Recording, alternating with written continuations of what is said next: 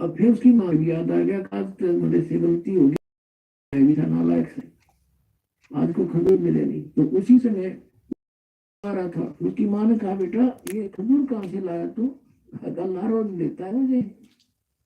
जिंदगी कहाँ था ये खजूर, अब वहीं जहाँ पहले रखते थे, आज दिखाओ एक पत्ता तो छोड़ के आया नीचे वाला। अब जाकर देखे सचमुच खजूर जो गए तो उसकी माँ तो हैरान रहेगी, ये परमात्मा बड़ी सुनी ना, तो आज के बाद फिर कभी नहीं करो नमाज।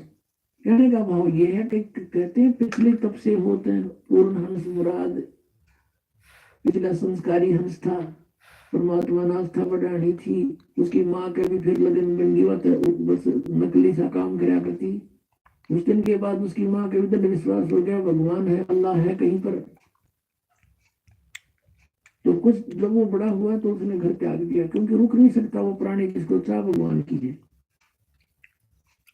अब जो परंपरागत उनकी क्रियाएं थी, मांस खाना, वो उनको पसंद नहीं था, उस प्यारी आत्मा को उसने छोड़ दिया कि ये तो कोई गति नहीं बात, हिंसा करके भगवान मिला करते हैं कभी। अब वो शेख फरीद पुण्यात्मा परमात्मा की तलाश में कहा जाते हैं, संत के पास, के संतों के पास परमात्मा के पाने की विधि होती है। एक फक्कड़ फकीर था, सिद्ध पुरुष था, साधना करता था, सिद्धि में प्रसिद्ध हो रहा था, उसके पास पहुंच गए, उनसे बातें की, उसने अपना 2 साल कष्ट दोगे शरीर को उतना ही भगवान निपटाएगा।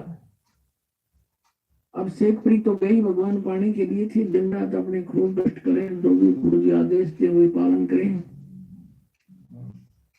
अब शेख फरीद गए हुए थे किस लिए, परमात्मा के लिए, और गुरु जी के आदेश का 100% पालन करते थे। उस आश्रम में उनके पास और भी 5-7 शिष्य रहते थे, और शेख फरीद के जाने के बाद वो ज्यादा प्रिय लगने लगा, क्योंकि वो हर कार्य को उनकी इच्छा अनुसार करता था, ऐसे बैठा रहता था या खड़ा रहता था जब तक आज्ञा नहीं होती थी। उनके गुरुजी अधिकतर कार्य उसी से सेवा लेते थे, तो अन्य शिष्य ईर्षा करने लगे कि शेख फरीद तो गुरुजी के हृदय में बस गया और आश्रम इसको देंगे लास्ट में मृत्यु के बाद, और तुम रह गए, अब घर छोड़ दिया परमात्मा पाने के लिए, और वहां जाकर फिर ये राग द्वेष अभिमान बढ़ाई की भूख क्यों की तुम, फिर किस लिए डले ढोरे वहां पर। अगर तुमने आश्रम की जरूरत है, भगवान की नहीं रही, मान बढ़ाई की भूख है, तो भक्त नहीं। ये शेख फरीद में नहीं थी। अब अन्य जो सस्ते, उन्होंने सोचा इसको गुरु जी की नजरों से गिराते हैं। वो जो सिद्ध पुरुष था, मुसलमान धर्म में फकीर था, तपस्वी था, वो क्या करा करता, हुक्का पिया करता खाना खाते समय, और शाम के समय विशेषकर हुक्का पीकर तुरंत सो जाता था, सुबह वक्त से उठ जाता था। तो आश्रम में प्रत्येक भक्त की एक दिन की सेवा बांट रखी थी कि इस दिन वो सारी सेवा करेगा, इस दिन वो करेगा, इस दिन वो करेगा।